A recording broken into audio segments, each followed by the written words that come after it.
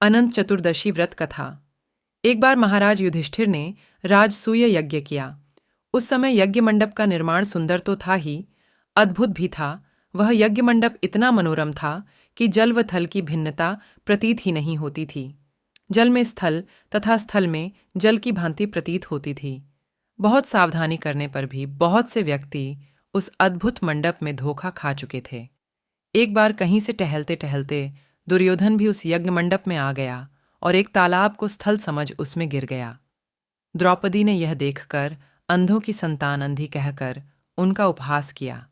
इससे दुर्योधन चिढ़ गया। यह बात उसके हृदय में बाण समान लगी। उसके मन में द्वेष उत्पन्न हो गया और उसने पांडवों से बदला लेने की ठान ली। उसके मस्तिष्क में उस अपमान का बदला लेने के लिए विचार उपजने लगे। उसने बदला लेने के लिए पांडवों को द्यूत क्रीड़ा में हराकर उस अपमान का बदला लेने की सोची। उसने पांडवों को जुए में पराजित कर दिया। पराजित होने पर प्रतिज्ञानुसार पांडवों को 12 वर्ष के लिए वनवास भोगना पड़ा। वन में रहते हुए पांडव अनेक कष्ट सहते रहे। एक दिन भगवान कृष्ण जब मिलने आए, तब युधिष्ठिर ने उनसे अपना दुख कहा और दुख दूर करने का उपाय पूछा।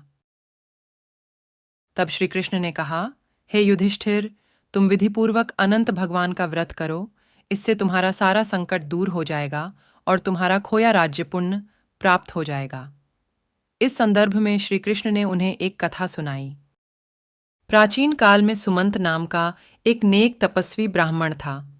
उसकी पत्नी का नाम दीक्षा था।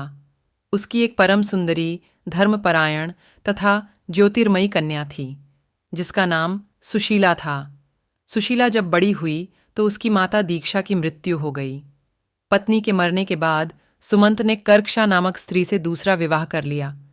सुशीला का विवाह ब्राह्मण सुमंत ने कौंडिन्य आर्षि के साथ कर दिया।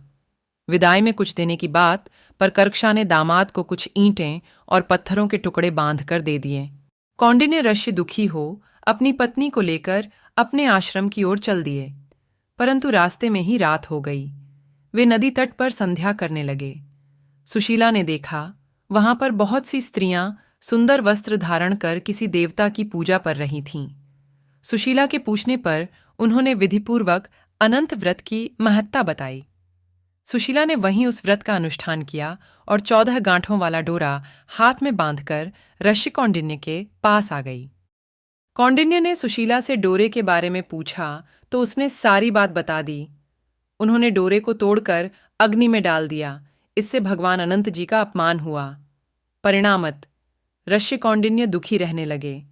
उनकी सारी संपत्ति नष्ट हो गई। इस दरिद्रता का उन्होंने अपनी पत्नी से कारण पूछा तो सुशीला ने अनंत भगवान का डोरा जलाने की बात कही। पश्चाताप करते हुए ऋषि कौंडिन्य अनंत डोरे की प्राप्ति के लिए वन में चले गए।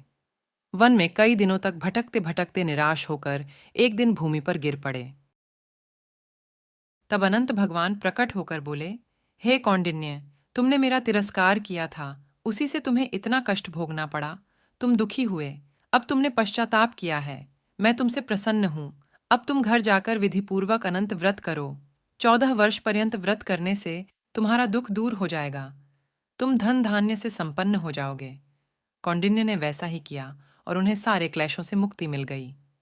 श्री कृष्ण की आज्ञा से युधिष्ठिर ने भी अनंत भगवान का व्रत किया, जिसके प्रभाव से पांडव महाभारत के युद्ध में विजयी हुए तथा चिरकाल तक राज्य करते रहे।